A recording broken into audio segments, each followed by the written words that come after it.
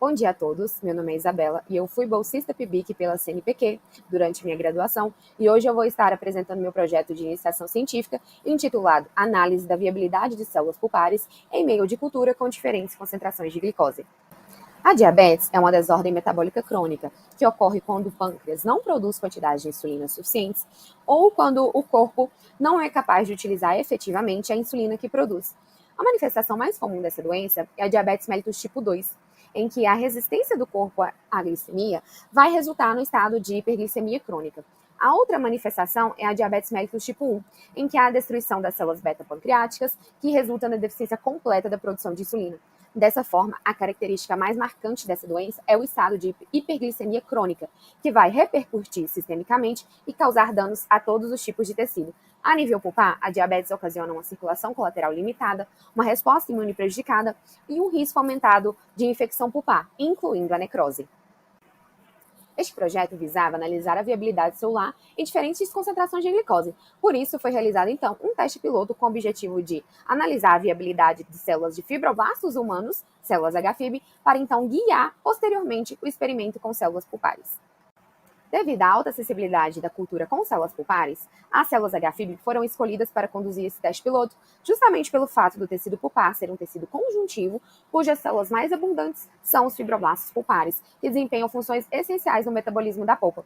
Para isso, então, as culturas de fibroblastos humanos foram utilizadas na concentração de 1 × 10⁴ células por ml em meio alfa-Men. Para isso, as culturas de fibroblastos HFIB foram utilizadas na concentração de 1 × 10⁴ células por ml em meio alfa-Men. Para analisar o efeito das diferentes concentrações de glicose nas células, 4 grupos foram constituídos e incubados no período de 24 horas. As células, então, foram divididas em 4 grupos, na placa de 96 postos, em triplicatas, com 0 milimolar de glicose, representando o nosso grupo controle, células com 5,5 milimolar de glicose, representando o nosso grupo de normoglicemia, e células em 12 milimolar de glicose, representando o nosso nível glicêmico pós-prandial, e o nosso nível de glicose de 24 milimolar, representando os níveis de hiperglicemia, simulando o ambiente de diabetes descompensado. Em seguida, foi realizado o ensaio de MTT para avaliação da viabilidade celular.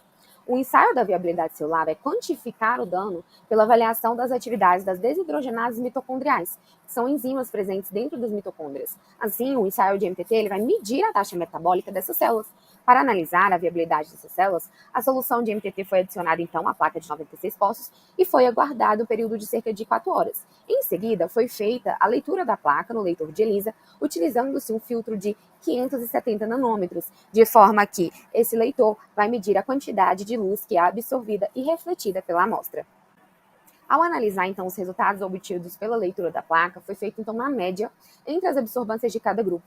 Dessa forma, obtivemos que o grupo controle vai representar 100% da nossa viabilidade celular, em comparação, então, ao grupo de 5,5 milimolar, representando o nosso grupo normoglicêmico, que teve uma taxa de 917% de viabilidade celular, enquanto o grupo com a concentração de 12 milimolar apresentou uma taxa de 926% de viabilidade.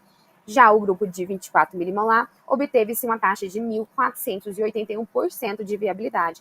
Dessa forma, nós podemos observar que obtivemos um aumento significativo entre os grupos de 12 milimolar e de 24 milimolar. O aumento da viabilidade celular ele pode ser explicado pelo aumento da atividade das enzimas mitocondriais, possivelmente por um aumento no número de células nas primeiras 24 horas, ou por um aumento da taxa metabólica dessas células devido à presença de grandes quantidades de substrato.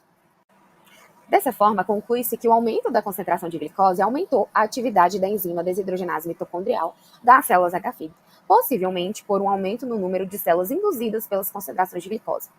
Segundo os estudos disponíveis na literatura, como por exemplo o estudo de Yan e os demais autores, eles demonstram que a hiperglicemia crônica é danosa a todos os tecidos. Porém, a diferença estatística ela é percebida nos estudos somente a partir do 7º dia de incubação dessas células, demonstrando que a exposição crônica a altos índices glicêmicos prejudica a taxa de proliferação celular. Por se tratar de um teste piloto que foi realizado apenas no período de 24 horas, esse experimento vai nos guiar, então, a realizar o experimento futuro com células pulpares, medindo a taxa de viabilidade celular em períodos de 24, 48 e 72 horas e comparar os nossos resultados com os demais resultados presentes na literatura. Muito obrigada a todos pela atenção.